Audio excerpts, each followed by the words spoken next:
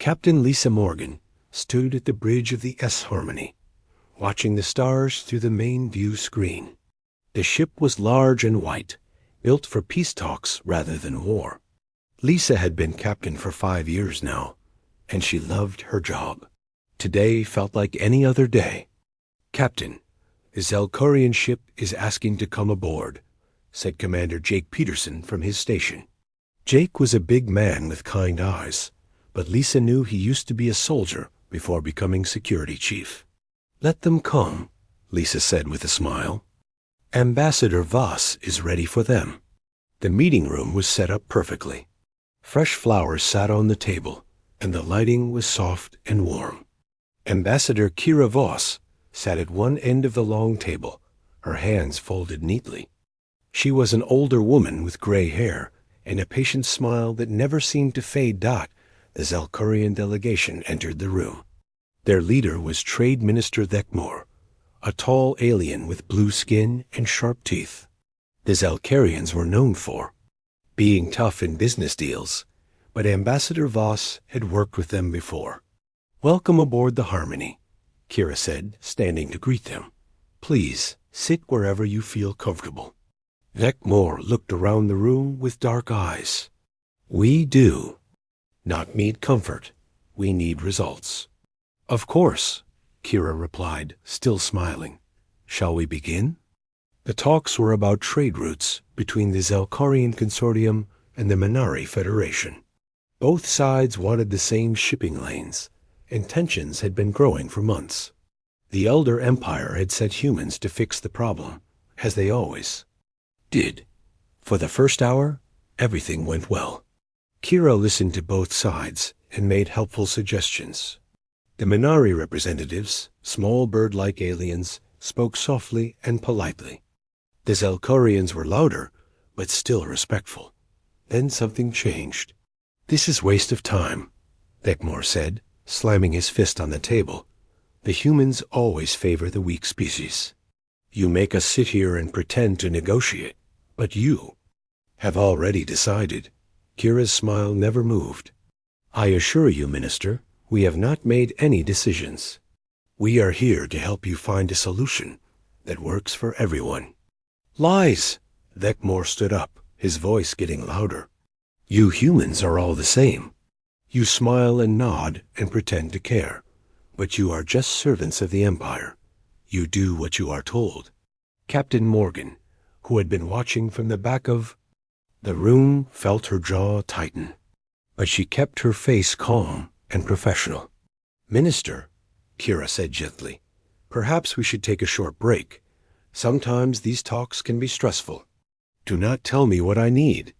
Thekmor pointed at her with a long finger.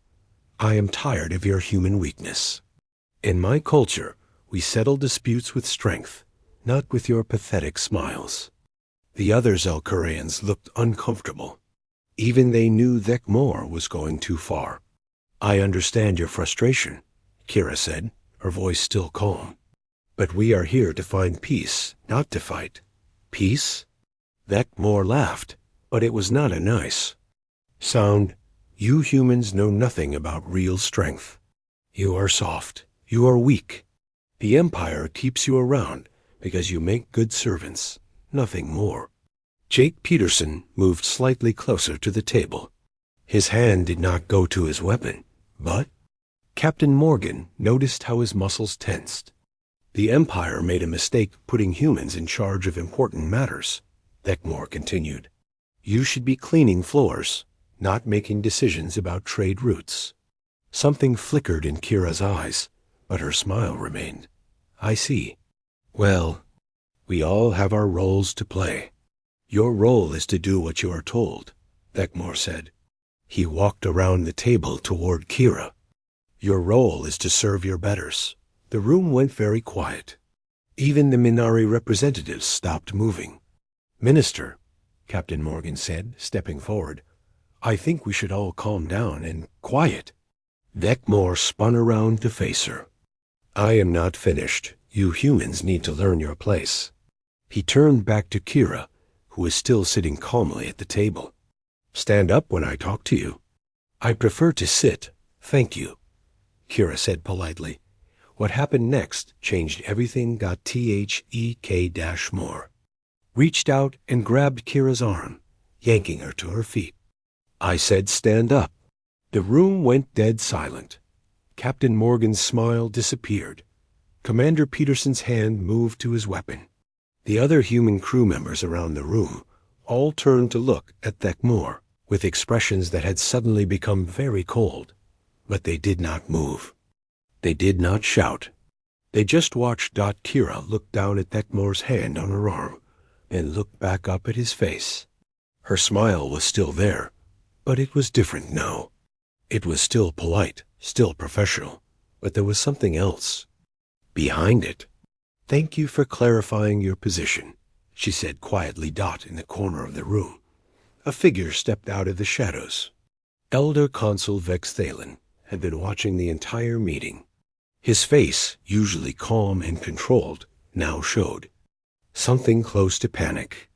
"Minister Thekmore," Vex Thalen said quickly, "I think this meeting is over." "It is over when I say it is over," Thekmore replied, still holding Kira's arm. Vex Thalen pressed a button on his wrist device. Immediately, his voice was transmitted. "To the Elder Council. Code Crimson. Request immediate extraction. The humans are beginning to drop their politeness protocols." Captain Morgan tilted her head slightly. "Consul, there is no need for alarm. We are still being polite." But when Vex Thalen looked at her, he saw something that made his blood run cold. Lisa Morgan was still smiling, still speaking in a calm voice, but her eyes had changed. They were not angry. They were not emotional at all. They were calculating. "Of course you are," Vex Thalen said quickly. "But perhaps we should end this meeting now, before anyone says something they might regret." "Oh, we never regret anything," Jake Peterson said from across the room. His voice was friendly, but somehow that made it worse. THEK- finally let go of Kira's arm. He was starting to sense that something was wrong, but he did not understand what. "We will resume these talks tomorrow," Vex Thalen announced. "Thank you all for your time." As the alien delegates left, the human crew remained perfectly still.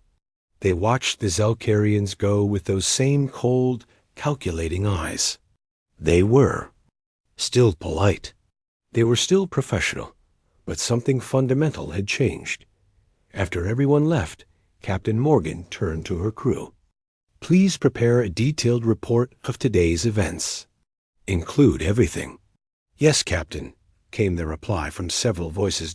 As they worked, none of them spoke about what they were really thinking. They did not need to. They all understood that a problem had been identified, and humans were very good at solving problems. The emergency alarm echoed through the halls of Elder Empire Central Command. Elder Prime Zarketh moved quickly through the corridors, his long robes flowing behind him. In 300 years, he had never seen the council called together this fast.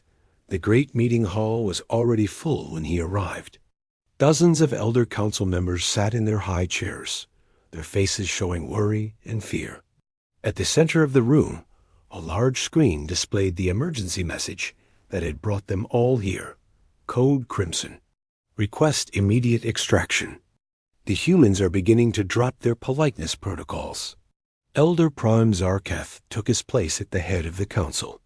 "Who can tell me what happened?" Elder Consul Vex Thalen stepped forward. His usual calm was gone, replaced by something close to panic. The trade negotiations aboard the ESS Harmony went badly.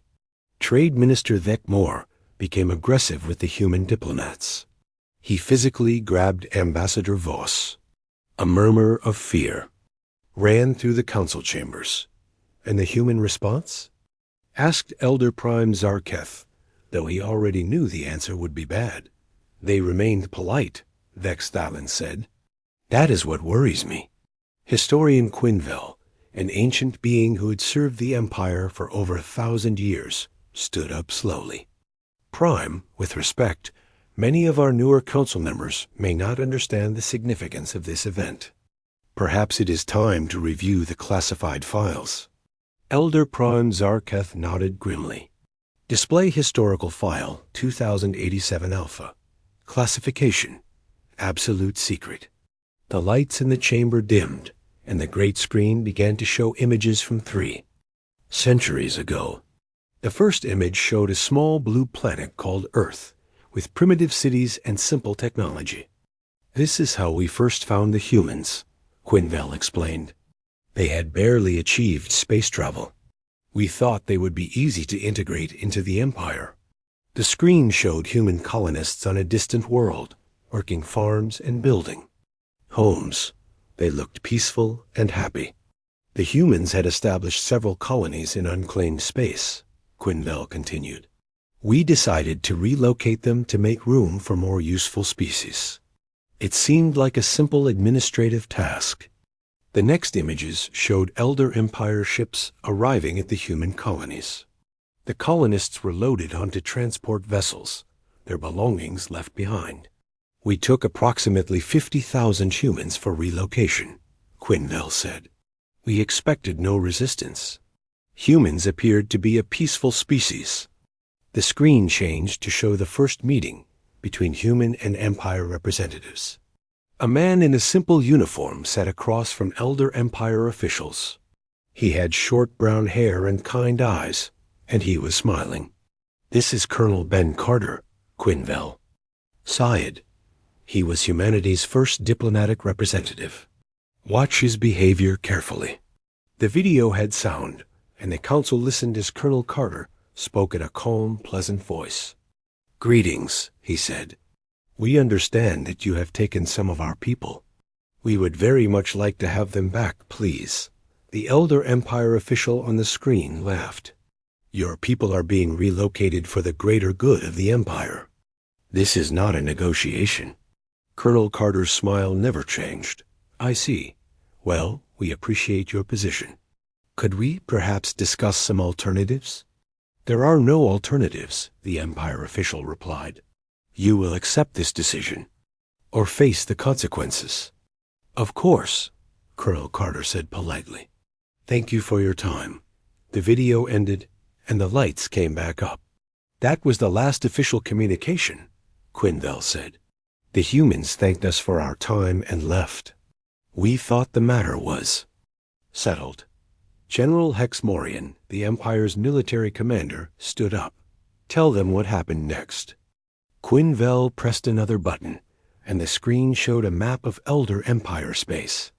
Red dots began appearing across the display. Within 6 months, every military installation within 200 light years had been attacked, Quinville said. But these were not normal attacks. The screen showed security footage from various Empire bases. In each video, the same thing happened. Empire guards would be patrolling normally, then suddenly they would fall asleep. When they woke up, critical systems had been sabotaged.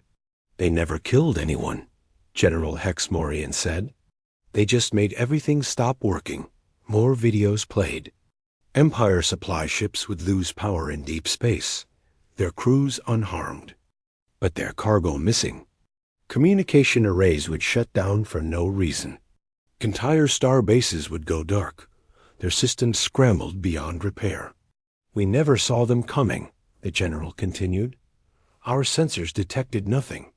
Our guards reported nothing. One day, everything worked fine. The next day, nothing worked at all." Elder Prime Zarketh remembered those days. The Empire had been in chaos. Show them the infiltration footage.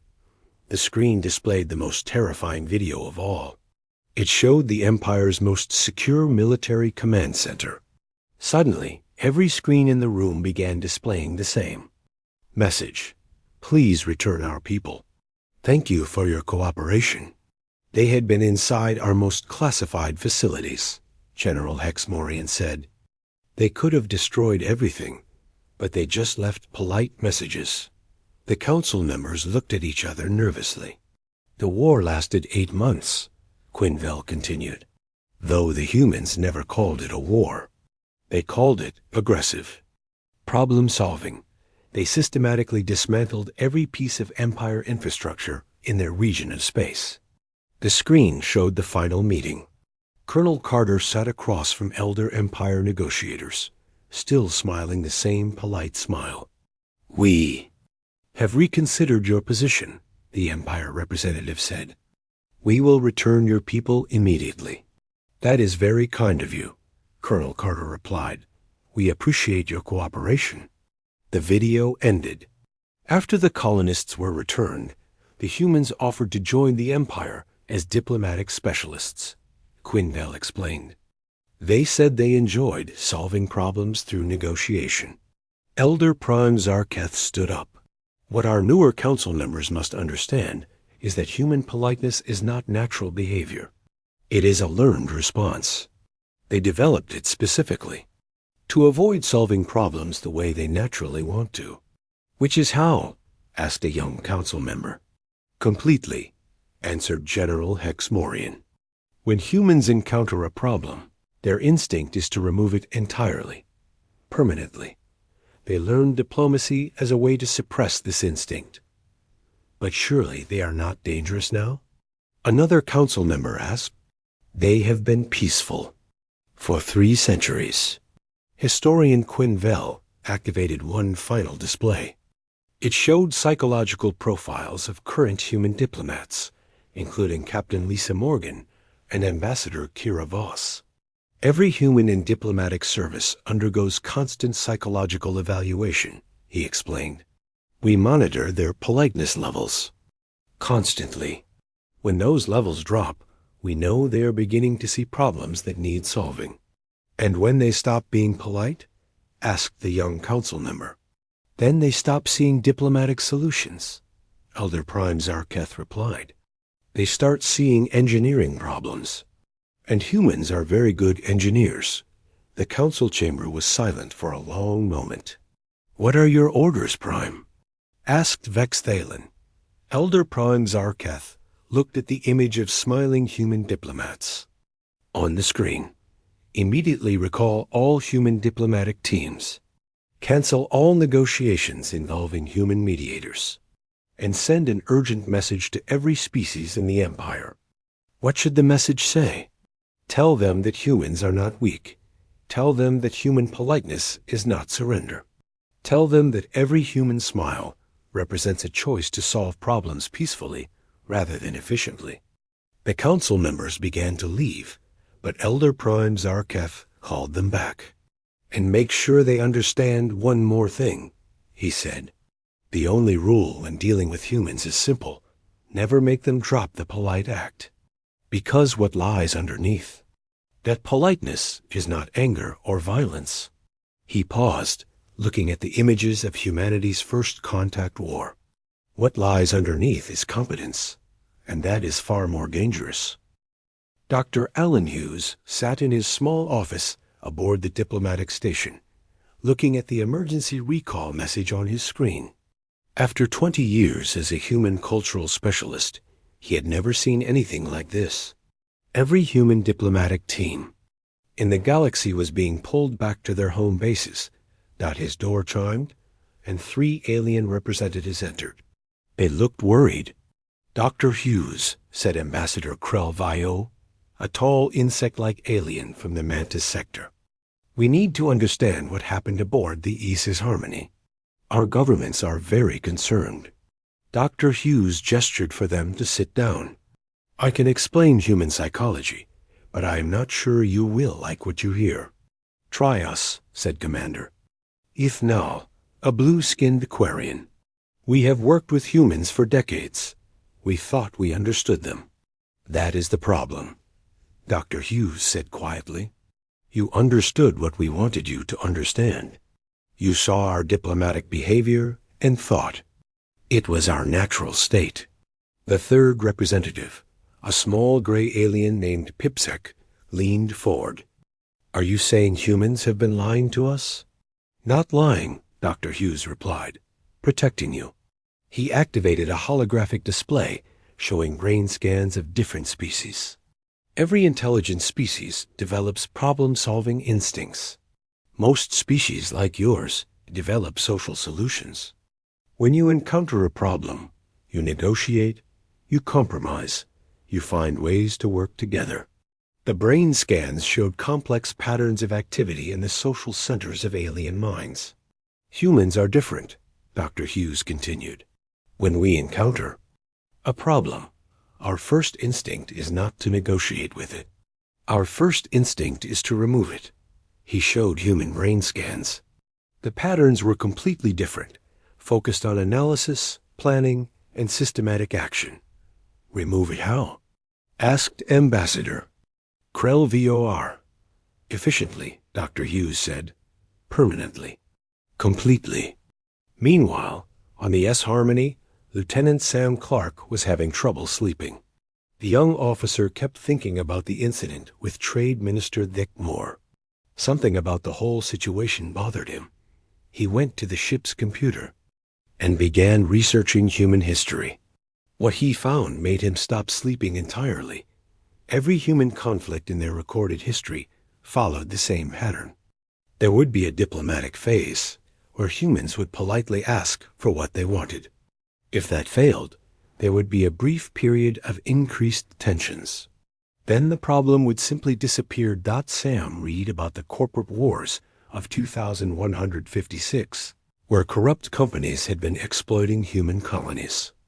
The companies had refused to negotiate. Within 6 months, every corrupt executive had been arrested, their companies dissolved, and their assets redistributed. The human government had never declared war or even raised their voices. He read about the pirate crisis of 2203, where criminal organizations had been attacking human shipping. The pirates had laughed at human demands to stop. 1 year later, there were no pirates left in human space. Not captured, not defeated, just gone. Sam began to understand something terrible. Humans did not win conflicts. They solved them. On the other side of the galaxy, Captain Lisa Morgan was trying to maintain order among her crew. The recall order had come too late. Her people were already showing signs of what Dr. Hughes called protocol degradation. "Captain," said Engineer Tony Rivera, approaching her with a tablet, "I have been analyzing the station's security systems. There are some interesting vulnerabilities." "Tony," Lisa said carefully, "we are not looking for vulnerabilities." "I know," Tony replied, "but I found them anyway. And once you see them, you cannot unsee them." Lisa looked at the tablet. Tony was right. The station's defenses were poorly designed, with obvious weaknesses that could be exploited in dozens of ways.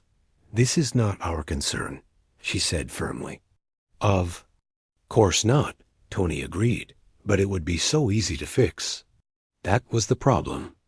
When humans started seeing problems, they instinctively began thinking of solutions. And human solutions were usually permanent. Across the station, other human crew members were having similar experiences. Commander Jake Peterson had noticed how poorly the alien security guards were trained. Communications Officer Beth Murphy had discovered that the station's computer systems were vulnerable to simple hacking techniques. Medical Officer Steve Grant had realized that the station's life support systems could be improved in ways that would make them completely dependable. None of them were planning anything hostile. They were just noticing problems and thinking of ways to fix them. Back on the Elder Empire capital world, Dr. Hughes was trying to explain the situation to increasingly panicked alien officials. "You have to understand," he said, "human politeness is not weakness. It is strength under control. Every smile, every patient explanation, every diplomatic courtesy is a human actively choosing not to solve problems the direct way." "What is the direct way?" asked Commander YITH-NAL. Dr. Hughes paused. "You really want to know?" The aliens nodded. "The direct way is to identify the source of the problem and eliminate it," he said. "If someone is causing trouble, you remove their ability to cause trouble. If a system is inefficient, you replace it with something better. If an organization is corrupt, You dismantle it and build something new. That sounds like dictatorship, said Pipsec. No, Dr. Hughes replied. Dictators want to control people. Humans want to fix problems. We learned diplomacy because we realized that most problems can be solved without permanent solutions. But when diplomacy fails... He did not finish the sentence. He did not need to. The aliens were beginning to understand why the Elder Empire was so afraid. Lieutenant Sam Clark had spent 3 days reading human history, and now he understood everything. He went to find Captain Morgan. Captain, he said, I have been researching our past. I think I understand why the Empire wants us to be diplomats. Go on, Lisa said. They are not using us, Sam explained. They are containing us. Every human in diplomatic service is a human who is too busy mediating conflicts to notice other problems that might need solving. Lisa looked at him for a long moment. That is a very dangerous thought, Lieutenant. Yes, it is, Sam agreed, but I cannot stop thinking it. That was the real crisis. Once humans started questioning why they were being diplomatic, they began to see the bigger picture. And the bigger picture was full of problems that needed solving. On the other side of the galaxy, news of the incident was spreading through unofficial channels. Other alien species were hearing that the Zelkarians had successfully intimidated human diplomats. Some of them decided to try the same approach. This was a catastrophic mistake. Within days, human diplomatic teams across the galaxy were reporting difficult negotiations with increasingly aggressive alien representatives. The aliens thought they had discovered a new strategy for dealing with humans. They had actually discovered how to wake up something that had been deliberately kept asleep. Dr. Hughes received an urgent message from Elder Prime Zarketh. Prepare for immediate galaxy-wide briefing. All species must be educated about human nature before the situation becomes irreversible. As Dr. Hughes prepared his presentation, he realized that the Empire's greatest secret was about to be revealed. For 3 centuries, they had successfully convinced the galaxy that humans were naturally peaceful and diplomatic. Soon, everyone would know the truth. Humans were not peaceful. They were not naturally diplomatic. They were apex predators who had learned to act civilized. And some of them were beginning to remember what they really were. The situation was getting worse, faster than anyone had expected. Reports were coming in from across the galaxy of alien species testing human patience. Thinking they had found a weakness to exploit, Captain Lisa Morgan stood in the command center of the ESS Harmony, reading the latest intelligence reports. In the past week, 17 different alien governments had begun using aggressive tactics against human diplomatic teams. They had all heard about Thekmore's success and wanted to try the same approach. Captain, said Commander Jake Peterson, we have another problem. Lisa looked up from her reports. What now? The Krovan Empire has detained Ambassador Williams and her team. They are demanding that humans accept unfavorable trade terms, or the ambassador will remain in custody. Lisa felt something cold settle in her stomach. Are they threatening her? Not directly, Jake replied, but they are making it clear that her comfort depends on human cooperation. Lisa looked around the command center. Her crew was listening to every word, and she could see the change in their faces. The polite masks were slipping away, replaced by something much more dangerous. What are our options? She asked. Officially? Jake said, we file a diplomatic protest and hope the Empire intervenes. And unofficially? Jake's expression became very calm. The Krovan detention facility has significant security vulnerabilities. Their computer systems are outdated, their guards are poorly trained, and their communication arrays rely on easily disrupted frequencies. Lisa knew she should tell Jake to stop talking. She should order her crew to maintain diplomatic protocols. But part of her, the part that had been suppressed for years, wanted to hear more. How long would it take to extract the ambassador? She asked. 12 hours, Jake replied immediately. Maybe less. The other crew members were nodding. They had all been thinking the same thing. We are diplomats, Lisa said, but her voice lacked conviction. We solve problems through negotiation. Yes, Captain, Jake agreed. But what if negotiation is not working? Before Lisa could answer, an emergency transmission came through from Elder Prime Zarketh himself. Attention all human. Diplomatic personnel, the Elder Prime's voice echoed through the ship. You are ordered to maintain current protocols at all costs. Do not engage in any problem-solving activities outside of approved diplomatic channels. The transmission ended, leaving the command center in silence. Did he just tell us not to solve problems? Asked Engineer Tony Rivera. That is what it sounded like, Lisa replied. Lieutenant Sam Clark, who had been quietly working at his station, looked up. Captain, I think we should see something. He activated the main display screen. I have been monitoring galactic communications. Look at this. The screen showed news broadcasts from across the galaxy. Every major news network was covering the same story. Human diplomatic crisis spreads. The Vegan Confederacy has recalled their ambassador after human negotiators became uncooperative. Sam read from one report. The Centauri Alliance reports that human diplomatic teams are showing concerning behavioral changes. The Andorian Republic has requested non-human mediators for all future negotiations. Lisa watched the reports with growing concern. They are making it sound like we are the problem, are we? Asked Tony. It was a good question. The humans had not done anything wrong. They had maintained their diplomatic protocols. They had remained polite and professional. But something fundamental had changed. I think, said Jake slowly, we are remembering what we used to be. Elder Prime Zarketh was facing the same realization. The emergency session of the Elder Council had been going on for hours, and the reports kept getting worse. 17 human diplomatic teams are showing signs of protocol degradation, reported General Hex Morian.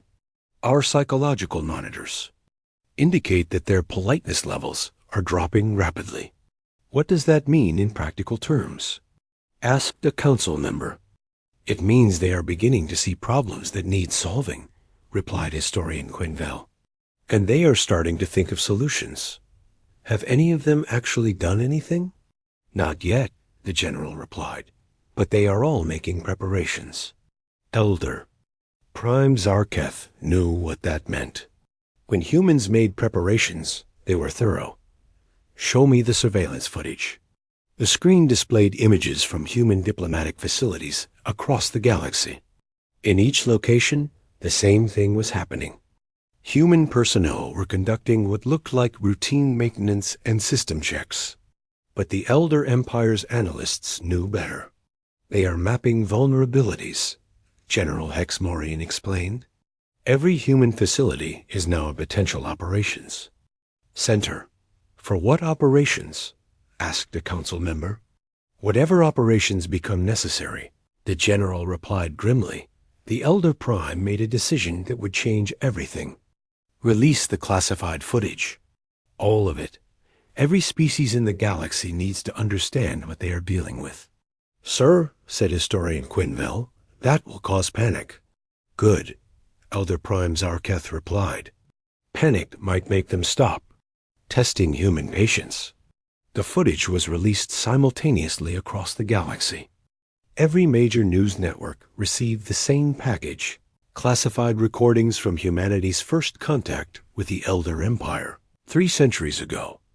The galaxy watched in stunned silence as the recordings showed what happened when humans stopped. Being diplomatic. The first video showed a human diplomatic team being insulted and threatened by an alien government. The humans had smiled politely and thanked their hosts for the meeting. Then they had left. The second video, taken 6 months later, showed the same alien government trying to contact the Elder Empire for help. Their entire infrastructure had been systematically dismantled. Power grids had failed. Communication networks had gone dark. Transportation systems had stopped working. The aliens had not been harmed, but their civilization had been quietly and efficiently reduced to primitive conditions. The third video showed the human diplomatic team returning to the same planet a year later. They were still smiling, still polite, still professional. "We hope you have had time to reconsider your position," the human ambassador said pleasantly. "Are you ready to continue our discussion?" The alien leaders had agreed to everything the humans requested. The footage continued, showing dozens of similar incidents. Every time diplomatic solutions failed, the humans would politely withdraw. Then, with methodical precision, they would systematically solve the problem. They never used violence. They never declared war. They simply made it impossible for the problem to continue existing. As the footage played across the galaxy, alien governments began to realize their mistake. They had not discovered a weakness in human diplomacy. They had discovered how to turn off the safety mechanisms that kept human problem-solving instincts under control. On the S-Harmony, Captain Morgan and her crew watched the broadcasts with growing clarity. "So that is what we really are," said Tony Rivera quietly. "That is what we were," Lisa replied, "before we learned to be diplomatic." "And now?" asked Sam Clark. Lisa looked around at her crew. Their faces showed the same realization. 3 centuries of diplomatic training had not changed their fundamental nature. It had only taught them to suppress it. "Now we remember," she said. The communication system activated, and Trade Minister Thekmore's face appeared on the screen. He looked terrified. "Captain Morgan," he said, "I wish to apologize for my behavior during our last meeting. I was wrong to treat Ambassador Voss with disrespect." Lisa smiled politely. "Thank you for your apology, Minister. We appreciate your courtesy." "I hope there will be no further consequences," Thekmore said. Lisa's smile never wavered. "Minister, we are diplomats. We solve problems through negotiation." "Of course," Thekmore replied, but he did not look relieved. "However," Lisa continued, "we have noticed that there seem to be some issues with how diplomatic negotiations are being conducted throughout the galaxy. We are prepared to help solve these problems if necessary." The way she said "solve" made Thekmore's face go pale. "I assure you, Captain, there will be no further problems." "We hope not," Lisa replied pleasantly. "But if there are, we are very good at solving them." The transmission ended, leaving the human crew alone with their thoughts. "Captain," said Jake Peterson, "what are we going to do?" Lisa looked at her crew and realized that the question had already been answered. They were going to be what they had always been underneath their diplomatic training. They were going to be human. 1 month after the classified footage was released, the galaxy was a very different place. The change was not dramatic or violent. It was quiet and efficient, exactly as humans preferred. Captain Lisa Morgan stood on the bridge of the S-Harmony, reading the latest diplomatic reports. The ship was heading to the Coron system, where a territorial dispute had been brewing for months. Before the incident with Thekmore, this would have been a routine mediation assignment. Now it was something else entirely. "Captain," said Commander Jake Peterson, "we are receiving a transmission from the Coron Defense Fleet. They are requesting permission to escort us to the planet." Lisa smiled. How polite of them. Grant permission.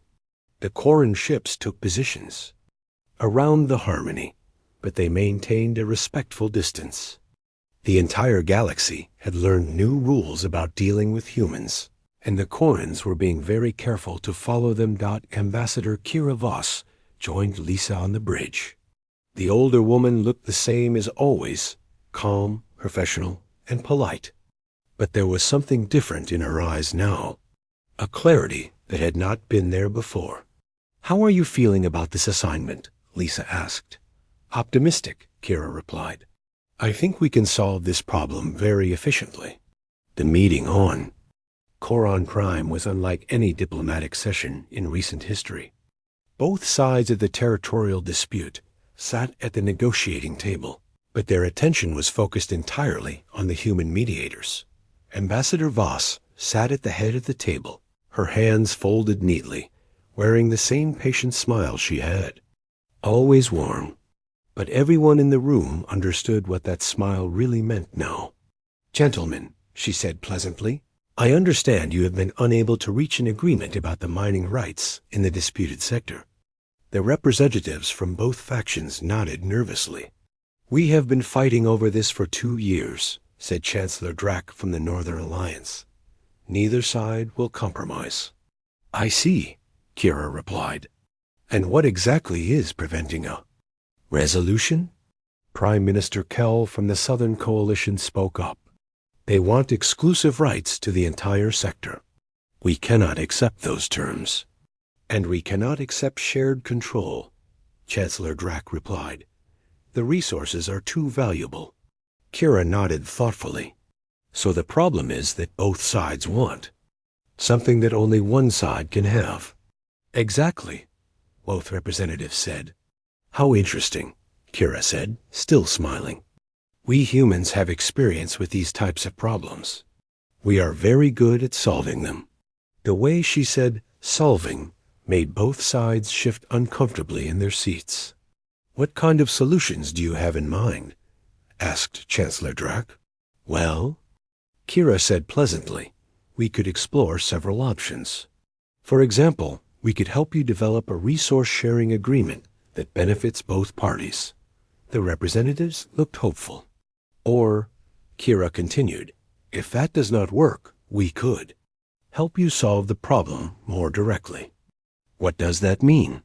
asked Prime Minister Kell. Kira's smile remained perfectly polite. "It means we could remove the source of the conflict entirely. The disputed sector could be placed under neutral administration until you learn to cooperate." "You cannot do that," Chancellor Drack protested. "That is our sovereign territory." "Is it?" Kira asked mildly. "You have been fighting over it for 2 years without resolution. That suggests the question of sovereignty is still open." She leaned forward slightly. "We humans prefer diplomatic solutions, but we are prepared to implement more efficient alternatives if necessary." The room went very quiet. "What kind of alternatives?" Prime Minister Kell asked nervously. "The kind that work," Kira replied simply. Captain Morgan, who had been observing from the back of the room, watched the alien representatives with professional interest. She could see them beginning to understand their situation. "Perhaps," said Chancellor Drack carefully, "we could reconsider the resource-sharing proposal." "That sounds very reasonable," Kira said, her smile brightening. "We do appreciate reasonable approaches to problem-solving." The negotiations that followed were the most efficient in galactic history. Within 6 hours, both sides had agreed to a comprehensive resource-sharing agreement that neither had been willing to consider before. "This is excellent progress," Kira said as the documents were signed. "We are so pleased when problems can be solved diplomatically." After the alien delegates left, Captain Morgan approached Ambassador Voss. "That was different from our old negotiating style," Lisa observed. "Yes," Kira agreed. "We are still diplomatic, but now everyone understands what the alternative is." "And what is the alternative?" Kira's smile became slightly colder. "Efficiency." Across the galaxy, similar scenes were playing out wherever human diplomats were working. The revelation about human nature had not made humans less diplomatic. It had made their diplomacy more effective. Dr. Alan Hughes, now serving as the Empire's chief advisor on human relations, was conducting training sessions for alien diplomats. "The key to working with humans," he explained to a room full of nervous alien officials, "is to understand what human politeness really represents." "Which is what?" asked a Centauri delegate. "A choice," Dr. Hughes replied. Every time a human smiles and speaks politely, they are choosing not to solve the problem in a more direct way. But they seemed so peaceful, said a vegan representative. They are peaceful, Dr. Hughes agreed, as long as you do not make them stop being peaceful. How do we avoid that? Simple, Dr. Hughes said. Treat human diplomats with respect. Do not threaten them. Do not insult them. And never, ever physically assault them. What happens if we do? Dr. Hughes activated a display showing the current state of the Zelkorian Trade Consortium. Their economy had collapsed, their government had been restructured, and their military had been disbanded. All of this had happened in the month since Thekmor's attack on Ambassador Voss. That, Dr. Hughes said simply. But the humans never declared war, protested the Centauri delegate. Exactly, Dr. Hughes replied. They solved the problem without declaring war. The Zelkorian Consortium is now a peaceful democracy with fair trade practices and excellent labor relations. How did they accomplish that? Very efficiently, Dr. Hughes said. The humans identified every systemic problem in Zelkorian society and fixed them. They did not ask permission.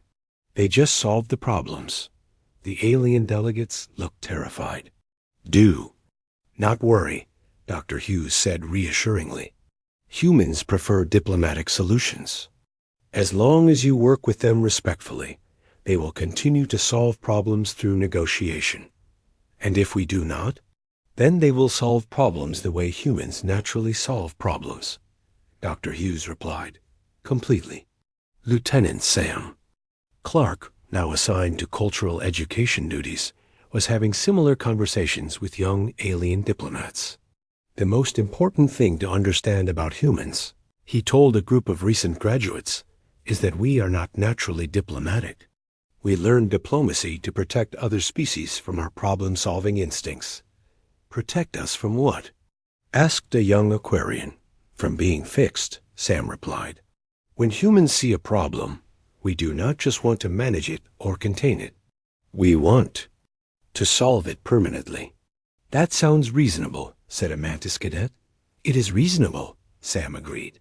But human solutions tend to be very thorough. Sometimes other species prefer their problems to remain unsolved rather than experience human style. Solutions. He activated a case study display. For example, the pirate crisis of 2203. Pirates were attacking human shipping lanes. The galactic community suggested increased patrols and better security measures. What did the humans do? Asked the Aquarian. We solved the pirate problem, Sam said. All of it. Every pirate organization in a 50 light-year radius simply stopped existing. You captured them? No, Sam replied. We solved the economic, social, and political conditions that created pirates in the first place. We eliminated poverty in the affected regions, provided legitimate employment opportunities, and restructured the local governments to prevent corruption. The cadets looked confused. The former pirates are now productive citizens with stable jobs and good lives, Sam continued. The piracy problem was solved permanently. That sounds positive, said the Mantis cadet. It was, Sam agreed. But it took us 18 months, and we completely restructured the economies of 17 star systems without asking anyone's permission. Some species prefer gradual change. And diplomacy prevents this? Diplomacy channels our problem-solving instincts into acceptable forms, Sam explained. Instead of fixing everything that is broken, we focus on fixing specific problems through negotiation. What happens when diplomacy fails? Sam's expression became very serious. Then we go back to solving problems the human way, efficiently, thoroughly, and permanently. The training session ended with the young diplomats looking both impressed and terrified. Back on the ESS Harmony, Captain Morgan was reading reports from across the galaxy.